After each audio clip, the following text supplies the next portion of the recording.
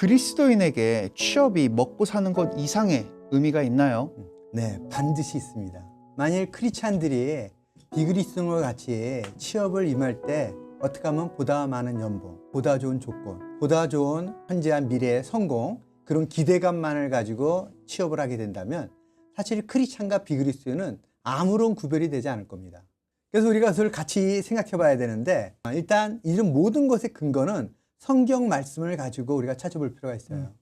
창세기 1장 28절에 이런 말씀이 있죠. 하나님이 그들에게 복을 주시며 그들에게 이르시되 생육하고 번성하여 땅이 충만하라. 땅을 정복하라. 바다의 물고기와 하늘의 새와 땅이 움직이는 모든 생물을 다스리라. 이 말씀이 너무 중요한 말씀이에요. 왜냐하면 이 말씀은 하나님이 최초에 아담과 하와에게 하신 말씀이기 때문에 그래요. 이 말씀은 사람이라는, 즉 하나님의 형상대로 지음받은 사람이라는 존재의 정체성, 두 번째는 왜 살아야 되는지, 어떻게 살아야 되는지에 대한 명확한 의미를 갖고 있기 때문에 그렇습니다. 자, 그럼 생각해 볼까요? 하나님이 그들에게 복을 주시며 그들에게 이르시되, 하나님이 최초에 우리에게 말씀하실 때 의도가 뭐였다고요? 복을 주시기를 원하셨던 겁니다.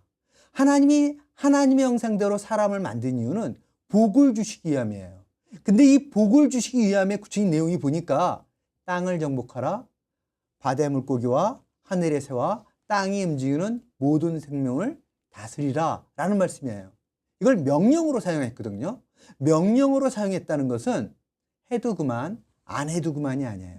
반드시 하길 원한다는 것이죠.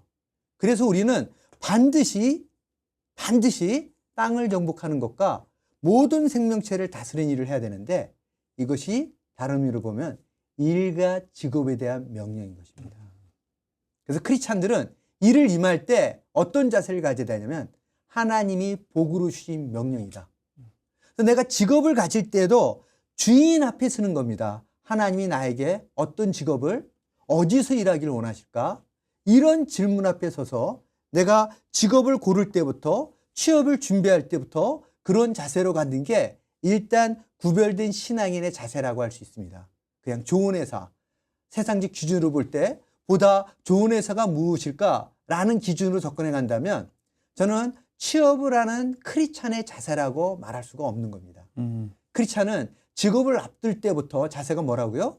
하나님이 나에게 명령하신 일과 직업에 대한 그 일을 위해서 내가 어떤 회사로 가길 주님 원하십니까? 그리고 그 일터에서 제가 어떻게 일하기를 원하십니까? 라는 질문 앞에 서야만 하는 거죠. 이게 첫 번째라고 볼 수가 있어요. 네. 그럼 이 첫 번째부터 이제 구별이 일어나는 거죠. 그럼 두 번째는 뭐가 있을까? 자, 일과 직업에 대한 의미를 구분할 필요가 있습니다.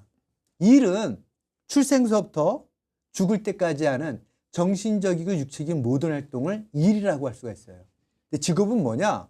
내가 나의 일, 노동을 투자함으로 말미암아 경제적 보상을 기대하는 활동, 일, 노동, 이게 직업인 것입니다.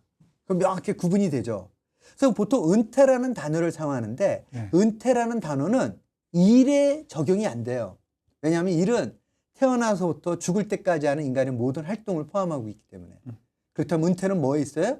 직업에 있는 것입니다. 그래서 우리는 이 개념을 정확하게 하게 된다면은, 나는 하나님이 명령한 일이나 직업에 대한 주님이 기뻐하시는 태도로 그 기준을 가지고 찾고, 두 번째는 복으로 주셨다네요. 그렇다면 뭐가 돼야 될까요? 나의 일을 통해 하나님의 복이 누려짐으로 나타나야 돼요. 자, 그게 뭘까요? 예를 들면 그것은요, 첫째, 우리가 너무나도 잘 알고 있는 이 내용이죠. 나의 일과 직업을 통해 하나님의 사랑, 이웃사랑이 나타나야 된다는 거죠. 나의 일과 내가 하는 직업의 활동들은 하나님 사랑, 이웃사랑을 위한 수단이며 도구이며 통로가 돼야 되는 것입니다. 그래서 크리스찬 젊은이들은 취업을 할 때 어떻게 하면 내가 이 취업을 통해서 하나님 사랑, 이웃사랑을 나의 직업 활동을 통해서 나타낼 수 있을까? 자, 이렇게 하면 좀 또 세 번째 이야기가 나오게 됩니다. 그렇다면 그것은 어떻게 하면 더 나에게 주어진 일을 잘해야 되는가라는 질문으로까지 가게 됩니다. 이때 우리가 사용하는 단어가 죽게 하듯 한다라는 말씀입니다. 무슨 일을 하든지 마음을 다하여 죽게 하듯 하고 사람에게 하듯 하지 말라. 그래서 내가 하는 일을 통해서 죽기 하듯 하는 삶을 살면 우리가 일터에서도 구별된 삶을 살 수 있는 것입니다.